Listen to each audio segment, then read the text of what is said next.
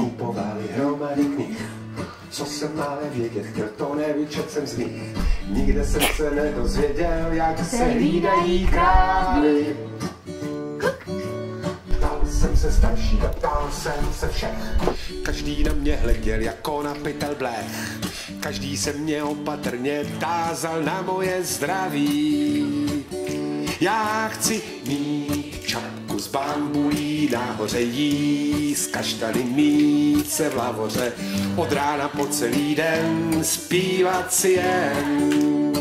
Zpívat si pam, pam, padam, pam, padada, pam, pam, padam, pam, padadadadam, padadadam, padadadam. Dnes už jsem starší a vím, co vím.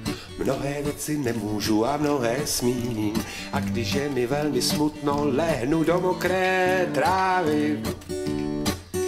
S nohama křížem a rukama za hlavou koukám nahoru na oblohu modravou, kde se mezi mraky honí moje strakaté krávy. Já chci mít čapku z bambulí, nahoře jíst kaštany, mít se v lavoře, od rána po celý den zpívat si jen.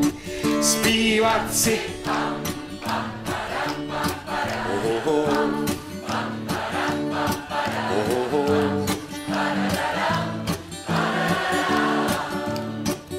já chci mít čapku z bambulí, nahoře jíst kaštany, mít se v lavoře, od rána po celý den zpívat si jen. Zpívat si pam, pam, padam, pam, padada, pam, pam, padam, pam, padada, pam, padadadam, padadadam. A v E-dur dáme v E-dur.